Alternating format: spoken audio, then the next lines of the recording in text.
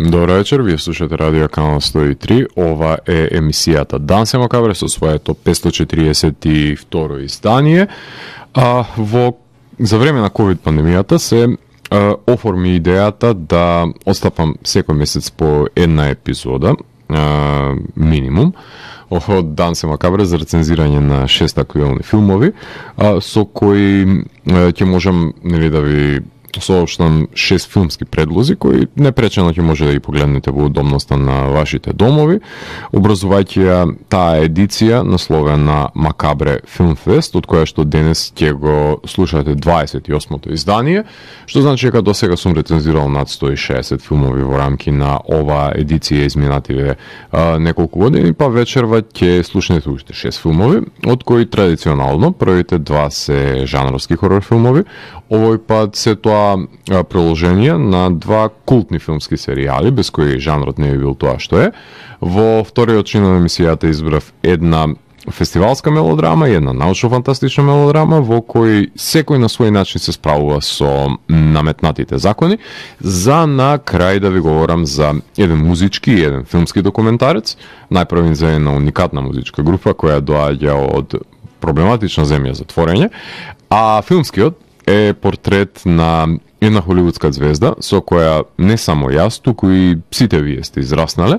односно документарци во кои субјектите се соочуваат со енормни животни препреки, кои не им овозможуваат да функционираат како што сакаат и милуваат, но тие не дозволуваат да ги обесхрабрат и да ги потиштат. Така што седнете си, опуштете се, исклучете го светлото и вклучете го проекторот, започнува Макабре Филмфест, а на почетокот на емисијата имавте можност да слушнете две композиции од The Devil Driver, односно слушнахме Trudy Depps и This Relationship Broken, односно две композиции кои што се наоѓаат, две синглки пред се, кои што се наоѓаат на нивниот 10-ти албум Dealing with Demons Volume 2, односно станува збор за бенд кој што ни доаѓа пред се од Санта Барбара, од Калифорнија, предводена од вокалот Дес Фафара, кој што го знаете претходно како вокал на нью метал бендот Cool Chamber. Тој заедно со неговите пријатели составија еден моќен проект кој што започна да функционира од раните 2000-ти и се составен дел од тој бран на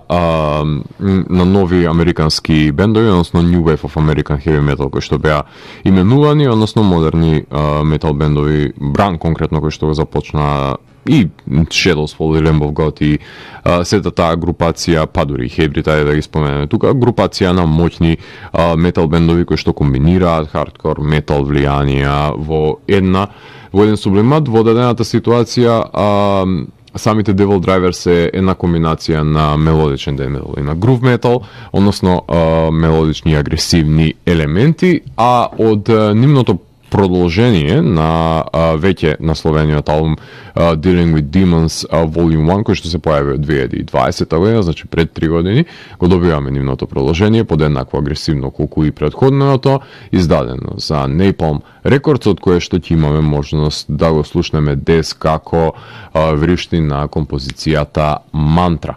Така што продолжение ги слушаме Devil Driver.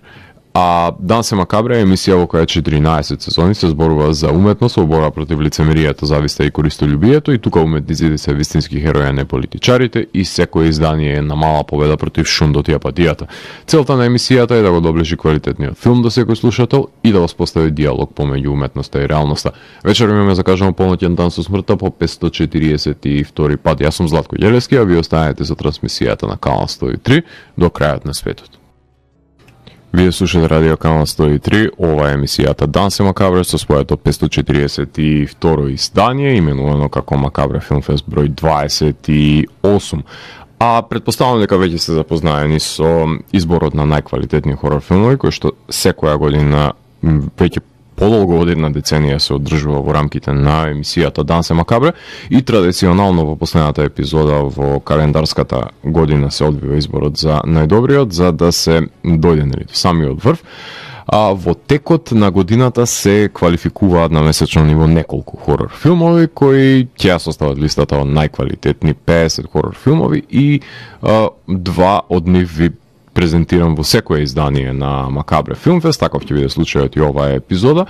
За жал, морам да признам дека оваа година листата брои само 16 наслови, а ако веќе се доближуваме до првата половина на годината,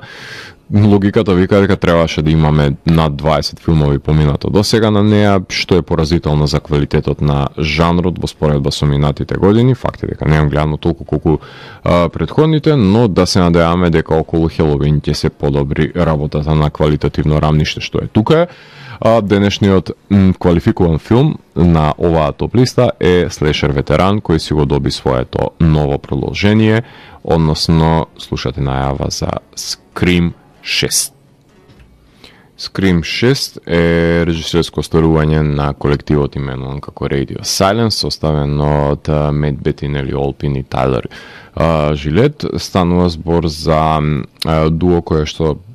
претходно има снимено кратки сегменти од сега веќе култната хорор антологија ВХС, односно ако добро се сеќавам, тоа нивниот сегмент беше со камерата која што беше ставено на куќето насред забавата. Потоа имаат сегменти, рамките мислам дека беа од хорор антологијата Southbound, реализирани од нивна страна, и секако тие се режисери на долгометражните Devil's Due, одличниот Ready or Not и Scream. Односно, Scream 6 е технички нивниот четврт долгометражен игран филм и моментално работа на едно од серијалот на филмски остварувања на Universal, кои што се врзани со нивните монструми, и секако работат на ремейкот на Escape from New York. А во Scream 6 забележуваме дека преживеаните на нападите кои што ги врши убиецот Ghostface од Вудсборо трагаат по нов почеток, односно по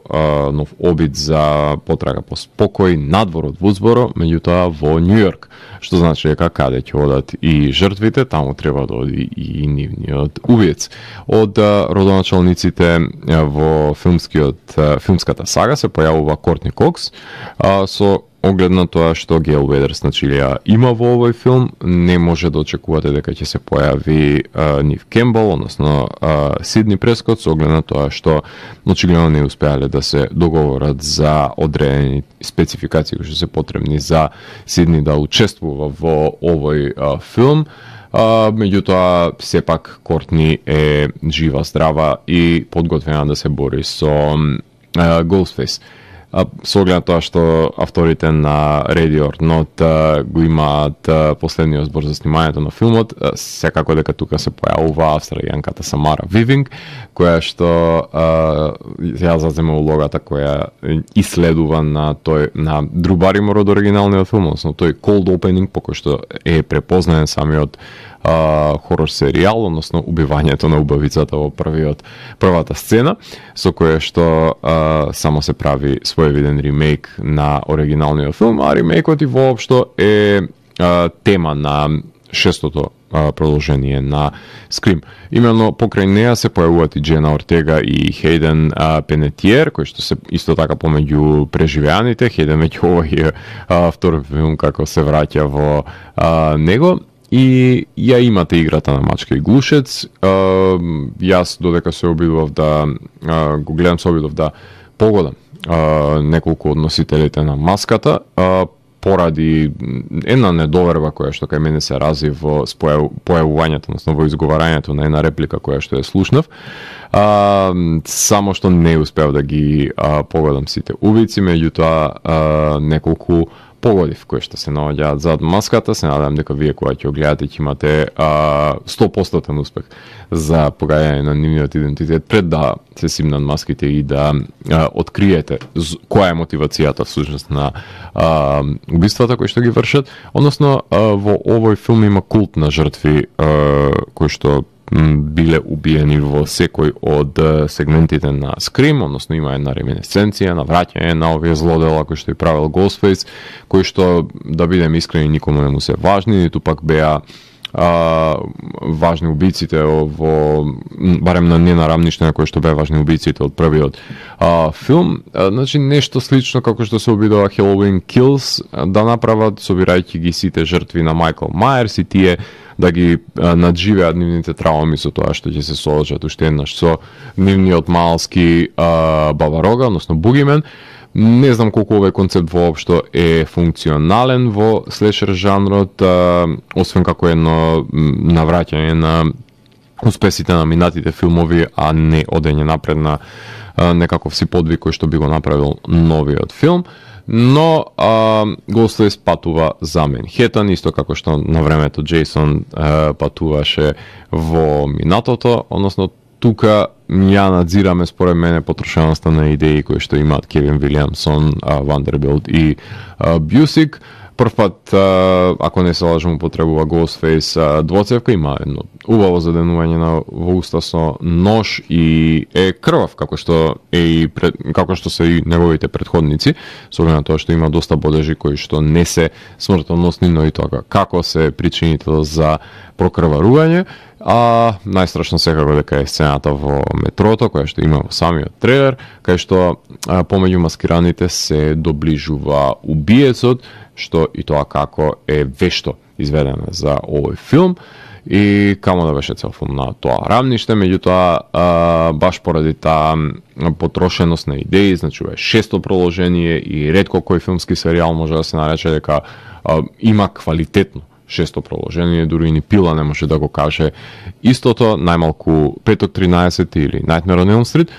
Меѓутоа, ова разработен во овој сегмент со оглед на тоа што ова е постмодернистички хорор филм, значи метаконцепт е разработен на ребутот со евидентна омраза против elevated horror, условно кажано во наводници, сватете го овој термин за рафинираните хорор изданија, какви што нели се именуваат Hereditary Witch, дека припаѓаат што има еден отворен анимозитет помеѓу љубителите на слешер хорор жанрот и љубителите на модерниот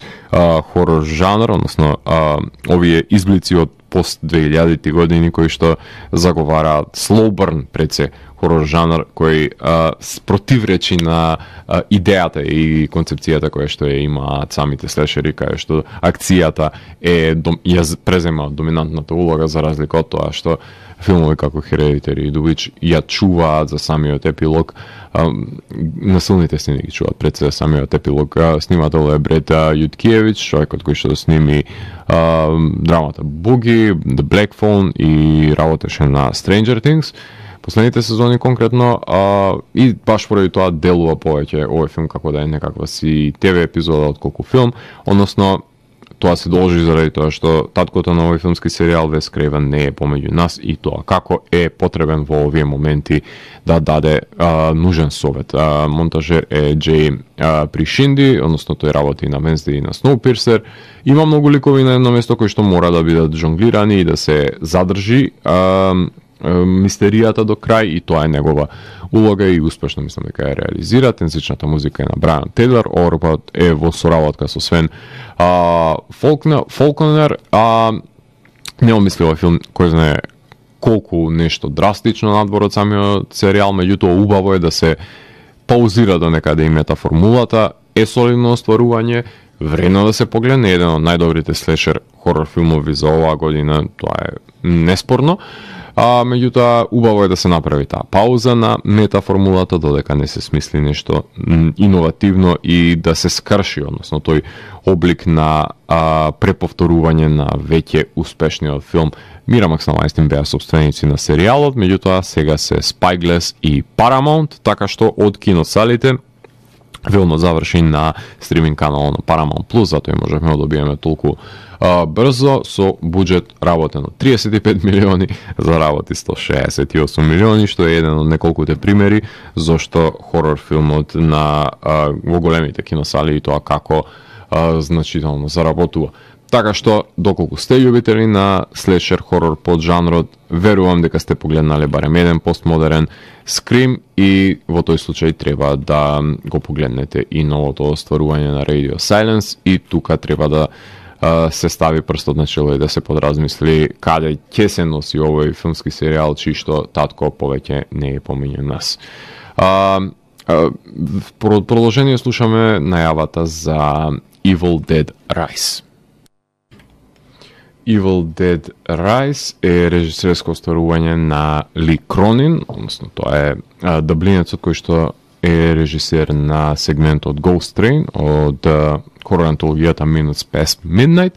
и секако неговиот прв долгометражен игран хорор филм беше The Hole in the Ground, тоа одлично спорово горечко издание, кое што покрај него мислам дека снимаше и 2 епизоди за 50 States of Fright,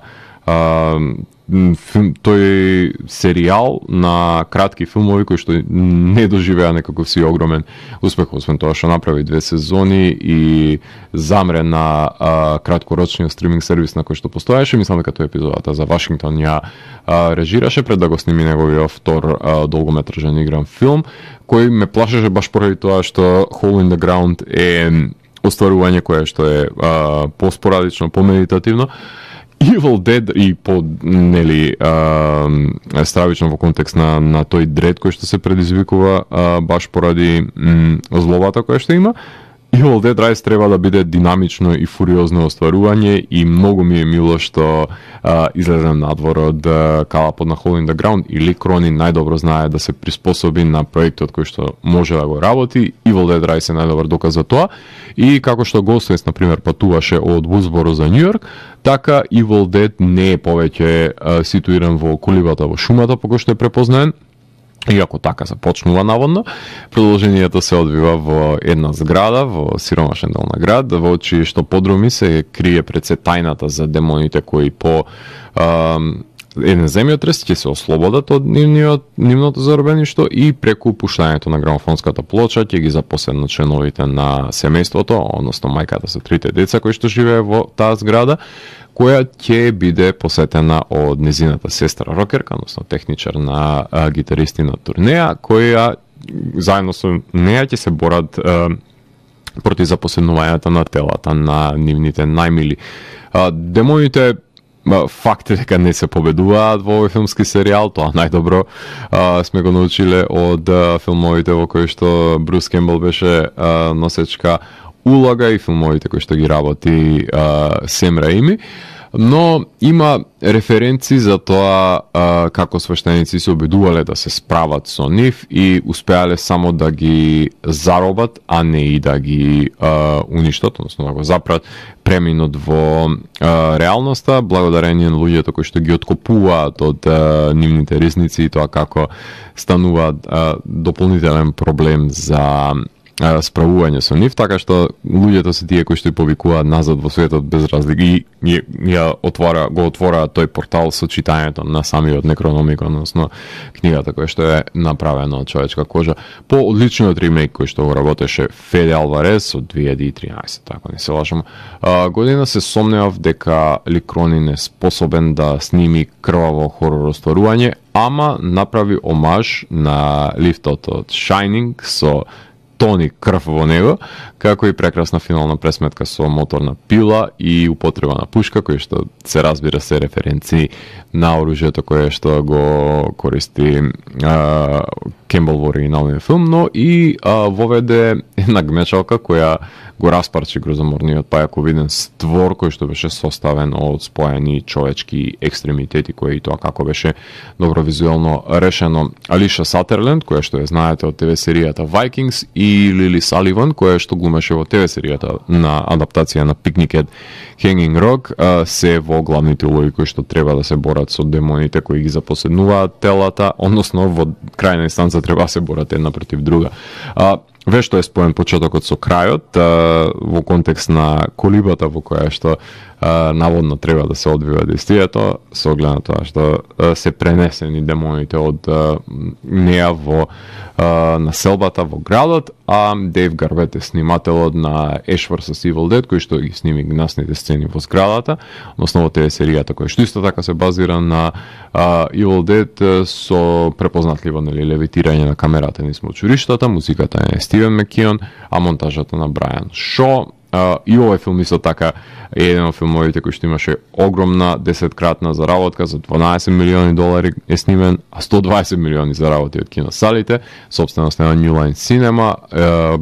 потоа издавачката куќа на сопроценската куќа на Sam Raimi Ghost House и дистрибуиран е Warner, затоа може да го погледнете на стриминг каналот на HBO Max. Така што ова е според мене уште едно успешно остварување, како што претходно беше ремейкот на Феде Алварес, така и Evil Dead Rise и тоа како е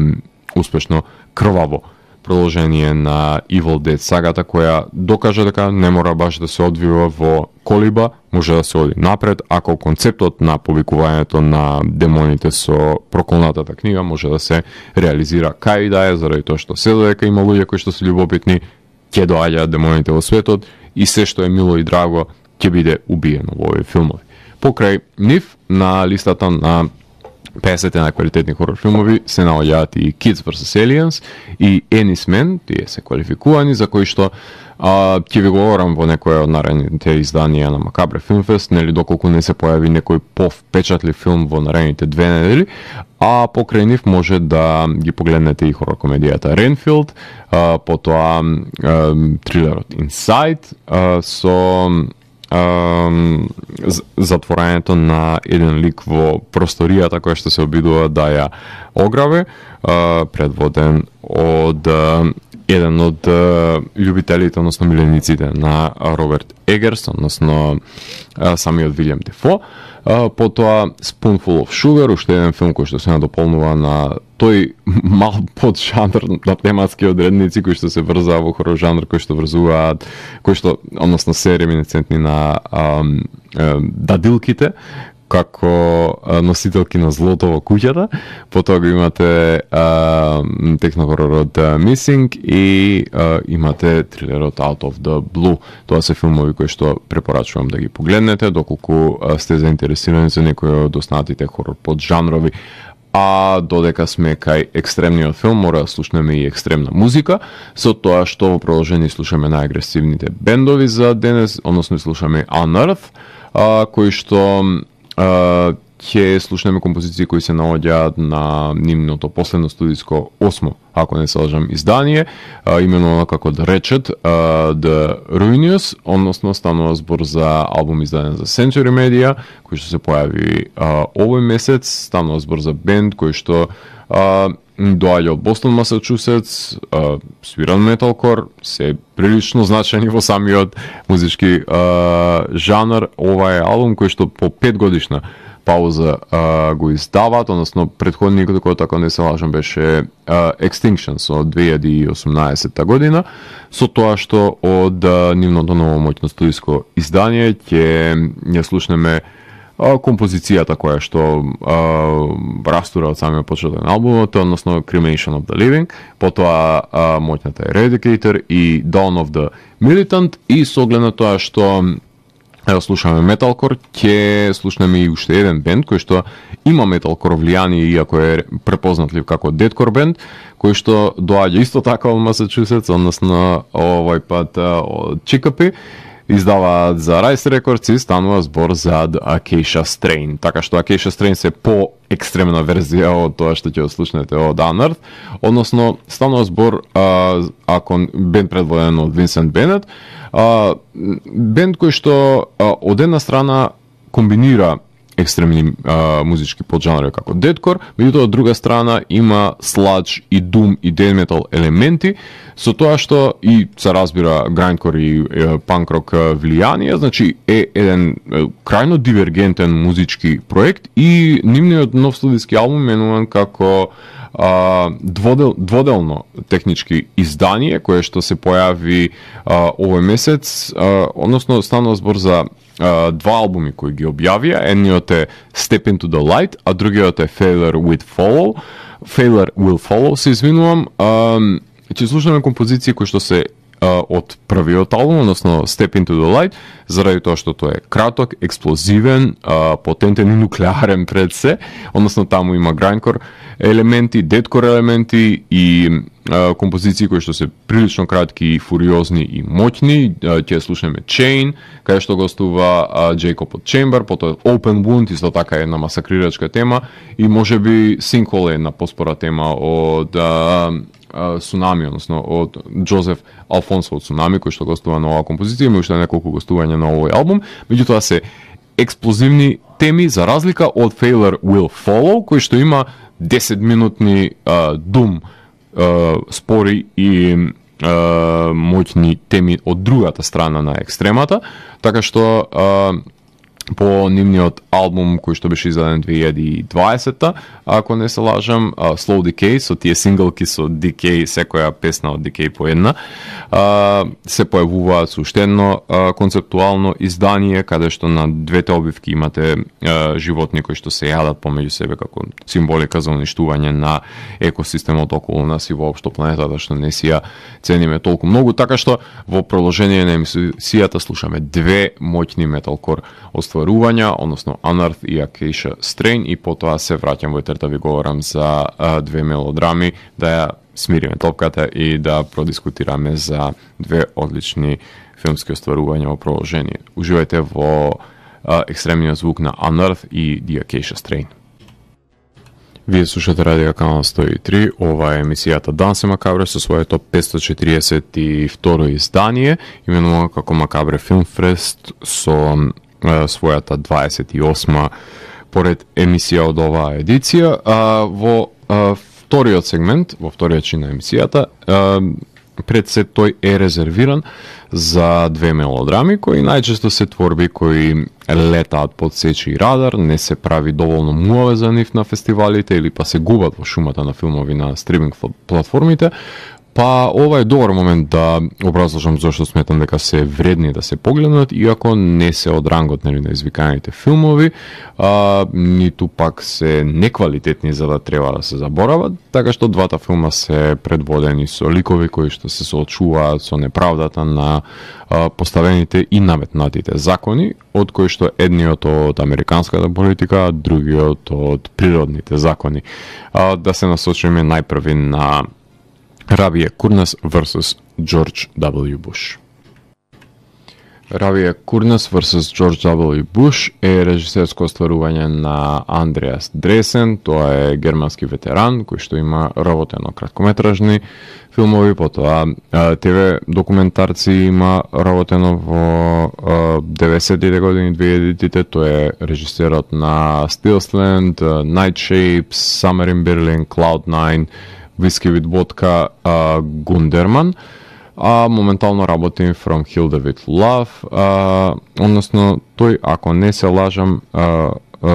има снимено претходно 11 долгометражни филмови, 12-тиот е Равие Курнас vs. George W. Bush, плюс 10 долги ТВ филмови.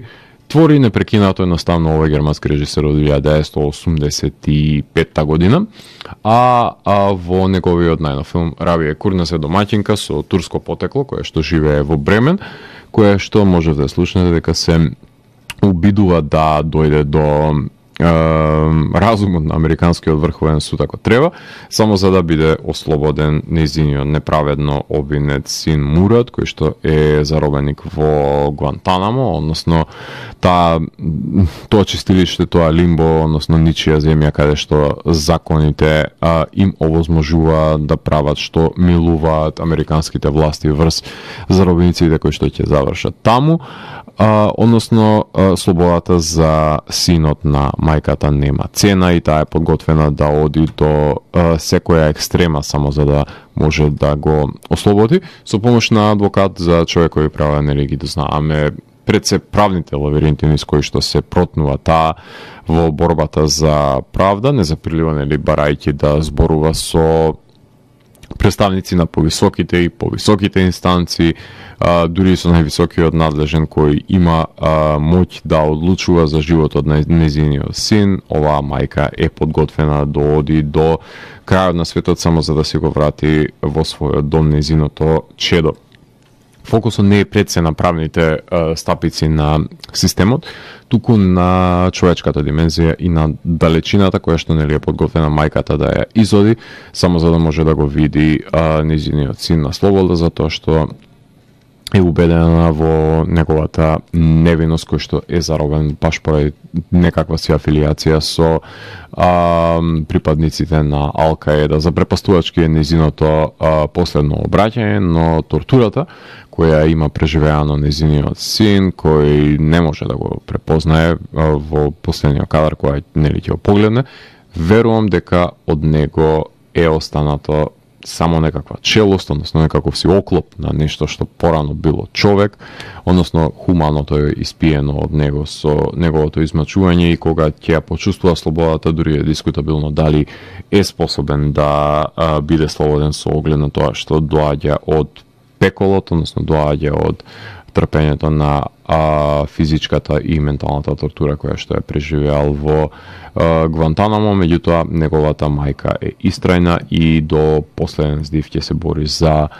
неговата слобода. Филмот е снимен од Андреас Хофер, односно тој е постојаниот соработник на режисерот, снима семејна мелодрама, монтажер е Јорка Хаусшилд и музиката е на Чен Ердоган и Јоханес Репка. Прекрасен, пожртвуван перформанс на Милтен Каптан, кој што беше награден на Берлинале со сребрената мечка, а Лайла Стилер зеде исто така сребрена мечка, меѓутоа за сценарио на овој филм, а режисерот зема награда од Сдруженијето на режисери, а потоа филмот по неговата премиера на Берлинале играше во Истанбул, во Палич, на Рим, Тајпеј и Стокхолм. Арте го продуцира овој филм, а The Match Factory се неговите дистрибутери. Филмот играше и на Интернационалниот филмски фестивал Браќа Манаки во Битола, кој го пропушти затоа што настана едно влечкање поклопување со настаните, а моите колеги од МТ ми соопштија дека бил ремейк на The Mauritanian. Не само што, како и секојаш колегите шират дезинформации, туку од сосема поразлична призма е опатен случајот на измачувањето на невиниот, односно низ кој пекол поминува семејството кое мора да најде начин како да функционира, затоа што не е единственото дете нели во фамилијата, со оглед на тоа што рабије треба да обрне внимание и како ги одгледува останатите деца и како тие гледа всушност на нивната мајка која што треба од една страна и да ја го задржи пред се нормалниот тек и одвивање на семејството од кое што едно дете е откорнато од самото гнездо, меѓутоа таа се соочува со расниот и со националниот, односно националистичкиот стереотип, кој што за жал дури и во западниот свет се ненамнинливи болести на модерното време, од кои што ќе си патат овие ликови, односно овој евримен на доселеници кои што очигледно не ги уживаат истите права како што ги уживаат и домородците во земјите од западниот свет. А во продолжение ќе ја слушнеме најавата на мелодрамата The Artifice Girl. The Artifice Girl е режисерско остварување на Френклин Рич. Тој има работено пред овој филм краткометражни играни филмови, ова му е првиот негов долгометражен филм. Ако не ја сметате комедијата Teardrop Goodbye, која не знам дали и како е снимена, затоа што треба да содржи коментар на претенциозниот режисер во неја, според целосното име на филмот, односно Teardrop Goodbye with mandatory directorial commentary by Remy Von Traut. Самиот режисер се појавува во улогата на Герет, односно тоа е програмерот, девелопер на една компјутерска програма која што служи како средство за намамување на педофили онлайн, со оглед на тоа што неговиот продукт на вештачка интелигенција има женски облик на мало девојче. Чери е AI програма со лик на 9-годишно девојче, ама AI како AI ќе започне да се развива многу побрзо отколку што е планирано и ќе дојде до стадиум да започне да развива сопствени мисли, желби, потреби, хобија Иако примарна цел е пред се да служи како мамец за уловување на педофилите, на четовите во живо, каде што би се имало доказен материјал и би се накалемиле со потребните обвинувања кои што доаѓаат за да се лишуваат од слобода. И филмот е составен од 3 чина кои што траат отприлика по пола час, со 3 временски итерации, кај што се одбива функционирањето пред се на Чери, потоа најпрви незиниот создател не сака да ја предаде во рацете на властите, кои го испрашуваат за незиното функционирање. Во вториот чин на филмот таа веќе служи на полицијата и властите се пред гласање за продолжување на незиното користење, со оглед на тоа што процесира емоции, процесира свест вештачката интелигенција, а во третиот чин Ленс Хендриксен веќе го глуми Герет, кој е веќе стар и ослободува од должноста Чери и соопштува зошто пред се и го има дадено изгледот кој што таа го поседува и што го мотивирало всушност за да ја создаде. Иако овој филм би одговарал на листата на жанровски изданија, по сите категоризации треба да го најде своето место таму, основната на разврската е мелодраматичноста и затоа мислев дека во овој сегмент повеќе ќе си го најде своето место, затоа што иако поставува пред се важни прашања за постоењето на свеста кај вештачката интелигенција, кој што по дефиниција се научно-фантастични тропи, меѓутоа начинот на кој што се разработени се пред се во рамките на ова мелодрама која што се расплинува на 3 хронолошки действија. Во стерилните интериери филмот го снима Брит Мектемени, кој е постојаниот соработник на режисерот, синт музиката е на Алекс Куерво, а самиот режисер го монтира делото, со оглед на тоа што има јасна визија каде што треба да го остави да трае кадарот полого и каде треба да скрати, со оглед на тоа што научна фантастика ова е прилично горлива тема, која што до ден денес е интригантна за проследување, со оглед на тоа што го поставува вечното прашање за тоа дали роботите може да имаат душа, односно во дадената ситуација дали може да се развие желба и волја надвор од прерогативите кои што се дадени како обврски на самата вештачка интелигенција, со оглед на тоа што има желба да танцува, например, и да изучува сликарство самата вештачка интелигенција, така што тоа се пориви кои би се појавиле кај едно човечко битие, со оглед на тоа што свеста која е канализирана од анализирање на севкупни доживувања на луѓето на интернет, едноставно со тој збир на податоци кои што ги има ова битие, добива и волја за себе реализирање благодарение на уметностите, така што ако може едно битие да се надгради со помош на уметнички творби, тоа подразбира дека има своевидна свест која што се разликува, например, од животните, меѓутоа дискутабилно е дали може да следуваат законите кои што важат за луѓето и за вештачката интелигенција.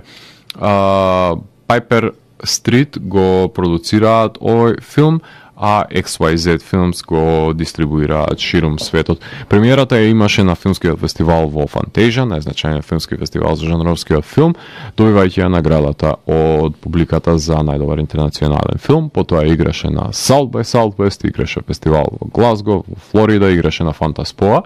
каде што награда доби за најдобра актерка девојчето во филмот која што глуми Тейтум Метјус. Покрај овие два филма би ви препорачал да ја погледнете и Air и Tetris, кои што се биографски филмови, потоа може да погледнете македонскиот Преекспонирано, кој што игра во киносалите широм државата, исто така копродуценти од Македонија се на филмот носила е Рубац Црвен лени од студиото Vertigo. И секако може да погледнете Woman Talking и 52577 мелодрами кои што исто така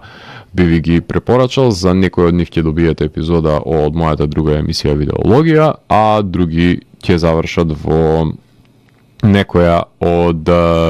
книгите кои што се базираат македонски, кои што пишувам за македонските филмови, некоја ќе се појави во наредните епизоди, така што бидете вклучени за да дознаете која рецензија каде ќе заврши, меѓутоа се што е квалитет ќе биде рецензирано од моја страна, барем тоа можам да ви го ветам. А во продолжение правиме една кратка музичка пауза, во продолжение на емисијата и слушаме Holy Moses, кои што повратници во метал сферата, со тоа што станува збор за германски треш метал бенд кој што е активен дури од 1980 година, кој беше активен до 94-та по нивното распаѓање и повторно реобединување во 2000-тите. Предводени се од Сабина Класен, тоа е девојката која што е една од тие првите девојки кои што применуваат агресивни вокали за кои што предводат овај музички правец, така што Сабина и момците од Holy Moses се враќаат со нивното ново студиско издание, односно 12, ако не се лажам поред, именувано како Invisible Queen, албум кој што го издаваат по скоро 10 годишна пауза, со оглед на тоа што нивниот претходен албум беше Redefine Mayhem од 2014 година. Во од Invisible Queen ќе имаме можност да слушнеме Downfall of Mankind, потоа ќе слушнеме екстремно брзите Cult of the Machine и Alternative Reality како реакција на The Artifice Girl. Мислам дека најдобра комбинација би биле овие нивни коментари за технократијата, односно за стравот, технофобијата и стравото од брзата еволуција на технологијата која што човештвото сакало или не ќе мора да ја прифати како составен дел. Така што во продолжение слушаме моќните германски трешери Holy Moses и потоа се враќам во етер да ви говорам за преостанатите два документарни филма. Уживајте. Вие слушате Радио Канал 103, ова е емисијата Данси Макабре со своето 542 издание, именувано како Макабре Филмфест број 28, односно преглед и анализа на 6 актуелни филмски остварувања, а во последниот чин на ова издание секако дека ќе биде одвоено време за документарните филмови, традиционално два документарни филма за крајот на секој издание на Макабре Филмфест, со тоа што најчесто тие се од рамки на музичката и од филмската индустрија, односно се доколку можам да се разбира кои се актуелни и квалитетни филмови, односно филмови кои се насочени за животот на некој си музичка легенда или некаков си бенд кој што треба да сите љубители на музиката да погледнат, или па се документарци кои што покриваат одреден дел на филмската индустрија кои што се нужни за да се комплетира целосната слика за можеби вашиот омилен режисер, актер, филм, како и да е. Значи се филмови кои се суплементарни на музичката и на филмската индустрија, со тоа што ќе започнеме со првиот кој што е во линија на музиката на Holy Moses кој што можете да ја слушнете, односно буквално е за уште еден бенд со женски вокал, односно за документарен филм за бендот Slaves to Sirens кој што е именуван како Sirens. Sirens е режисерско остварување на Рита Багдади, тоа е нејзиниот втор долгометражен филм по My Country No More. Претходно има работено кратки документарни филмови, а моментално работи на Eternal Life Fan Club. Во Sirens,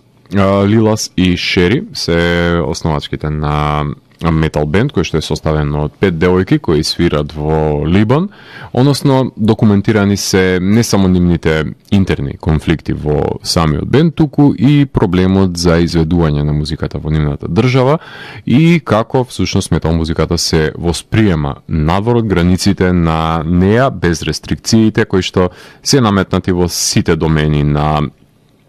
не само на музичарите, туку и на девојките и всушност местото кое што го има жената во либанското општество, така што се отвораат многу прашања во овој филм кој што допира и до ангажирани социополитички теми. Така што имаме 5 трешерки од Либан кои што сакаат да свират по секоја цена и не би било овој документарец ништо поразличен од останатите филмови за бендови. Ако останеме на тоа, и ако беше документирано само со снимањето на нивниот албум, но поради тоа што се девојки во политички репресивна држава со родова нееднаквост, е интересен начинот на кој што функционира пред се овој бенд во склоп нели на обкружувањето од нивните најблиски како гледаат на нив до нивните најдалечни како го восприемаат музицирањето. Тоа што е исто така како сите музички метал документарци кои што ги имате погледнато е судирот на интереси на двете креативни изборишта во бендот, така што гитаристките кои имаат неразрешени демони се степуваат во преден дел, односно ако повеќе милувате тука е Јан Гилан, Ричи Блекмур со очувањето кое што и тие го имаат, кои ја разлеваат фрустрацијата една врз друга и со тоа нели го загрозуваат суверенитетот на самиот бенд. Станува збор за всушност за бендот Slave to Sirens, како и секој бенд сонува да свират на огромен фестивал во странство, меѓутоа тие не се огромен бенд, па затоа не е изненадување што се од една страна поканети на голем фестивал за да има диверзитет на самиот лајнап, ама завршуваат на мала бина и времето кога настапуваат е прилично непогодно, односно свират преку ден пред грст луѓе и со самото тоа што се ставени бендови да свират во оваа временска предодредена зона, е јасно дека организаторите сакаат само да пополнат таа квота на бендови за да се врзе со хедлайнерите на таа вечер, што би се случило и на кој да е друг бенд од Македонија кој е поканен на големите метал фестивали. Тоа што може да го преслушам од овој бенд е нивното EP издание именувано како Terminal Leeches, барем кое јас имам може да го слушам, имаат и тие и други изданија, се надевам, во кои што следувале по него. Имате видеоспот за композицијата Саломе, која што издадува после ова EP, кое може да ја погледнете, кој што исто така сведочи за тоа како музицираат, ама се вообичаен треш метал бенд со моќен женски вокал. Меѓутоа во 2019 им се исполни нивниот сон да свират на Вејкен, односно меката на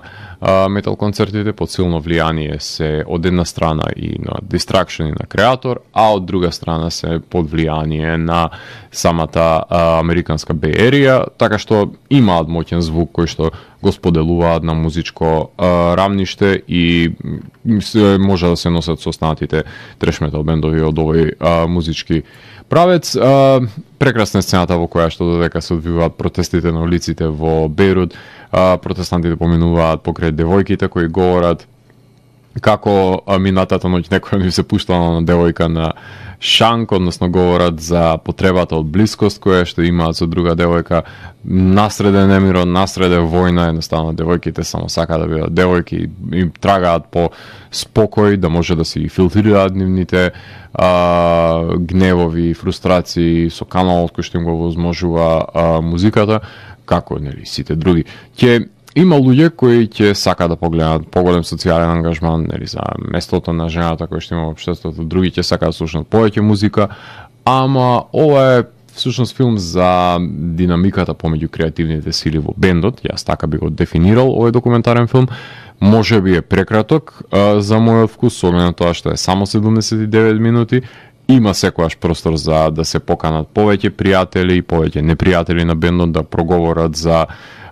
каде е неговото место во Либан и надвор од него и како гледаат тие на него и како нивните колеги музичари гледаат на нивната музика. Значи многу соработници, познавачи и непознавачи треба да бидат распрашани подетално за функционирањето на овој бенд, барем јас така мислам. Кога Беше Елајџа во Македонија, побарав да им биде возможно интервју со него, за да дискутирам за неговата издавачка куќа Осцилоскоп, кој што ги купија правата за овој филм, но за жал не успеав да добијам тој интервју, така што скратено вие правото да дознаете директно од него кои се плановите на издаваштвото кое што тој го раководи заедно со неговите пријатели кои ги поседуваат правата за овој филм. Филмот имаше својата премиера на Sundance, потоа беше награден во фестивалот за документарни филми во Солун, Флорида и на Outfest, а играше и на Hot Dogs во фестивал во Краков, потоа играше во Хелсинки, во Цирих, фестивал во Нью Йорк, односно имаше турнеја на огромен број на филмски фестивали широм светот, многу поголема турнеја од колку што некогаш направиле девојките. Нели, ако Холи Мозес кој што слушнавме промовира сурови женски вокали во раните 80-ти, потоа го модернизираа тој пристап со женските вокали, Arch Enemy и Ginger во подоцнежните години, тогаш Slaves to Sirens се нивните наследнички на овој тип на музицирање со помош на силни женски вокали, меѓутоа тие се и во рамниште на бендовите како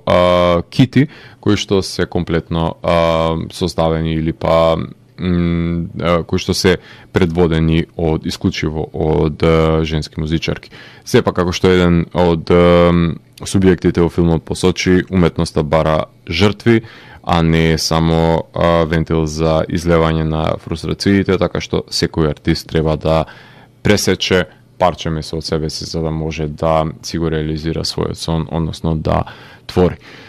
Така што, ако сте љубители на метал музика или воопшто рок н рол, дефинитивно треба да погледнете како овие музичарки во Либан се справуваат со свирењето во нивната држава. А за самиот крај на емисијата ќе слушнеме најава за Still, a Michael J. Fox movie. Still, a Michael J. Fox movie е режисерско стварување на Дейвис Гугенхајм, тоа е сопругот на Дженифер Шу, оскаровец кој што го сними документарниот филм An Inconvenient Truth, се извинувам, потоа негов е исто така It Might Get Loud, односно тоа е филмот за тројцата гитаристи и секако има режирано епизоди од серии, политички документарци за Бајден и Обама кои има 12 долгометражни документарни филмови за себе, ако не се лажам и култниот, барем за мене, coming of age филм Gossip е исто така режиран од страна на Дейвис. А Still е филм кој што го документира животот на култната филмска звезда Майкл Џей Фокс, со кој што јас лично сум израснал, со неговите серии и филмови кои што сум ги гледал на малиот екран во 90-тите години, кај што тој се појавувал, затоа што сум бил фасциниран од Back to the Future и секоја недела ја гледав Spin City, глумеше во Casualties of War на Брайан Де Палма, во The Frighteners на Питер Джексон, се глумеше носечка улога има во хорор комедијата Teen Wolf, потоа во Class of 84, во Марс напаѓа, тој е адвокатот во ТВ серијата The Good Wife. Така што тој ни овозможува да погледнеме во секојдневните проблеми кои ги има во соочувањето со неизлечивата Паркинсонова болест, поради која ја губи контролата врз неговото тело, односно ја губи рамнотежата и неретко се повредува при падовите. Кога се во прашање документарци, кај што последниот збор го има субјектот, кој и нивен сценарист и продуцент, сметам дека се губи објективноста, затоа што тој е одлучувачот за тоа што ќе биде кажано за него, а што не, така што со сомнеш приоѓам секојаш кога нели се во ерата кога допира во врвовите на славата, нели успевал демек без стимуланси да снима епизоди на ситкомот Family Ties и да го снима назад до иднината, работејќи ден за ден, ама тука па и од друга страна лежи дозирањето на приказната со алкохолот која што ја има, така што секогаш со резерва приоѓам на ова автопортретирање кое што е крајно субјективно и крајно манипулативно. Најголемото богатство е всушност монтажата на овој филм која што ја прави Майкл Харте, односно тоа е монтажерот на Don't Fuck With Cats, култната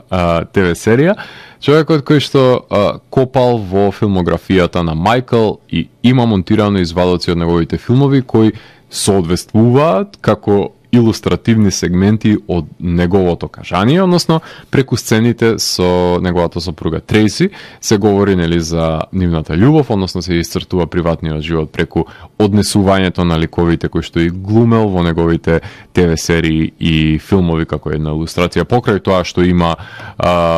reenactments, односно фиктивни играни сегменти како некаква си своевидна спрега за, односно reenactments како спрега помеѓу документаристиката и играната форма, како еден вовед таму каде што не можеле да пополнат со играните форми, со оглед на тоа што се што од прв пат кога се појавил на малиот екран до ден денес е максимално искористено за потребите на овој документарен филм, така што почетоците, мислам како мали деца, дека само се инсценирани од страна на овие играни сегменти. Не освајате погрешно, има толерирање на енормната болка, одбивање на послушноста на телото, кое што е доловено во кадар, има давање на изјава во јавност за обзнанување за болеста, прифаќање на самата болест и тврдоглаво и оптимистичко работење со физиотерапевтот за движењето напред во животот, кој што се прекрасни човечки особености за документирање и сметам дека тие се богатството на ова филмско остварување. Трейси полано станува покрај Майкл и нивните 4 деца, секогаш искрена е со огромно трпение за него и тоа се забележува и во кадрите во кои што се појавуваат двајцата заедно. Музиката ја работи Џон Пауел, а премиерата имаше овој филм на Sundance, потоа беше награден на South by Southwest, па играше во Сан Франциско, во Далас, меѓутоа за жал исклучиво беше прикажан на фестивалите ширум сад. Меѓутоа Майкл е важен за цел свет, не само за Америка, така што дистрибутерот Apple Plus ни го достави на секаде во останатите држави каде што не можеше да се погледне во киносалите. Ова е срцепаратерен филм, ама и да би се вратил во минатото, верувам дека Майкл ништо не би променил за сето тоа што се одбивало во неговиот живот и едноставно ова е актер кој што бил торпедиран од мали нозе во светската слава и има подеми и падови, како и секоја звезда која што сакаме да ја дигнеме на пиедестал, исто толку сакаме и да ја симнеме, меѓутоа тоа и се должи на лошите избори кои што и правил на филмовите во кои глумел, детеријацијата која што предизвикува неговата болест на неговото здравје и пронаоѓањето на себе си во улогите каде што отворено е прифаќа таа болест како составен дел од ликовите кои глуми. Така што топла препорака сите љубители на филмот да го погледнат овој документарен филм и секако може и погледнете и документарците Eat the Rich, The GameStop Saga, потоа Money Shop, The Pornhub Story, In the Court of the Crimson King, односно King Crimson на 50. Тоа се 3 документарни филма кои што имав можност да ги погледам во изминатите неколку недели. Во текот на оваа емисија ви говорев за Scream 6, за Evil Dead Rise, за Рабија Курнас vs. George W. Bush, за The Artifice Girl, за Sirens и Still a Michael J. Fox movie. Ова епизода, како и сите други епизоди на Дансе Макабре, на мојата друга емисија на канал 103, односно ТВ 103 и мојата емисија Видеологија може да пронајдете на YouTube каналот кој што гласи како моето име, а исто така може да пронајдете и на Mixcloud и на мега дел од овие епизоди. А за крајот на емисијата да ви посочам неколку културни настанија кои што може да присуствувате во периодот кој што ни предстои. Најпрвин да напоменам дека е отворен повикот за докуникулци, односно за младите автори и авторки од 14 до 18 години кои што сака да се испробаат во рамките на документаристиката. Повикот е отворен за докуникулци до 1 јуни 2023, така што доколку сте заинтересирани за да се пробате во документарниот филм и тоа како е потребно да учествувате во школата за младите документаристи. Од друга страна ќе ни направите услуга на филмските критичари со тоа што ќе ни дадете нови документарни филмови за кои што може да пишуваме. Така што таа е програма составена од новата едиција на, односно новото издание на Македокс, таму и ќе може да се погледа кои ќе бидат финиширани. А во рамките на Музеот на современа уметност може да овој петок во 20 часот да го погледате филмот Годар, човекот филм, на составен дел од загревањето за филозофскиот филмски фестивал, кој што ќе се одржи од 2 до 7 јуни. Потоа на 27 мај во Мала Станица се одржува второто издание на Nihonji, односно фестивал на јапонската култура, каде што и јас ќе бидам составен дел од една од трибините, која што ќе биде наменета и посветена за Гостинашел, односно за трансхуманизмот.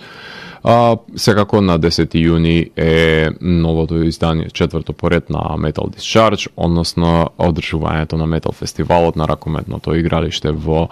Битола, кој што ќе започне од 17:30 часот. Потоа, овој четврток, кај Варадарот Джез фестивал настапи во Филхармонија и во Младинскиот културен центар 18 до 21 мај.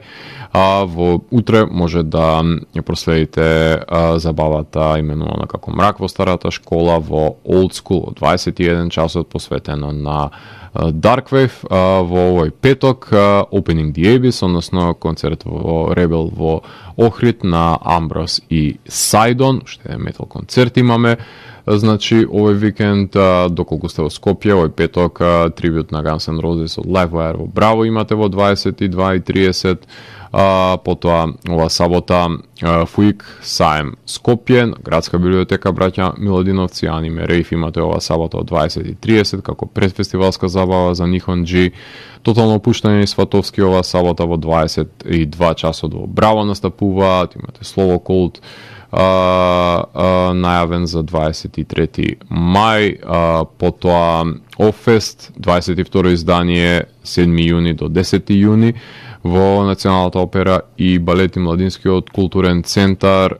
Имате концерт на Блейм Кандински од Грција и Димишел Македонија во Браво во недела во 20:30, Cotton Blues фестивал во среда 24 до 25 мај во Младинскиот културен центар. Филмај започнува филмскиот фестивал во Куманово на 30 мај во 20 часот во Занаечиски дом Екскино. Напредок Трип фестивал имате сабота 17 јуни до 18 јуни во Младинскиот културен центар и до фестивал 30 јуни до 2 јули во Дојран, како и најавата, убавата вест која што денес се појави за гостувањето на Аморфис во Македонија, доаѓаат во Младинскиот културен центар како составен дел од неговата нивната Хейло турнеја на 2 ноември во 19 часот ќе настапува заедно со Solstafir и Lost Society се најавени на нивниот плакат. И овој четврток имаме отворање на изложбата 50 години МКЦ на Академијата Брейнстер во МКЦ галерија 2 во фојето, односно над фојето на Фростина во 20 часот, започнувајќи утре. Така што ова се неколку од настаните кои што ќе биде опфатена културата во нашата ни мила држава, така што топла препорака да посетите некој од нив. А за крајот на емисијата и слушаме Dropkick Murphys, значи ирските панк рокери, односно панк рокерите кои што ни доаѓаат уште Бостон. Очигледно дека беше денес денот за да се Масачусетс беше локацијата од каде што сите бендови доаѓа, така што и Dropkick Murphys ќе ги слушнеме со нивниот 12-ти студиски албум, именуван како Occam Rising, каде што ја зема акустичната гитара во рака, го разработија Вуди Гатри што е можно подобро и како надополнување на This Machine Still Kills Fascists од 2022. Слушаме композиции од Occam Rising, односно слушаме 3 кратки творби, од кои што едната е My Eyes Are Gonna Shine,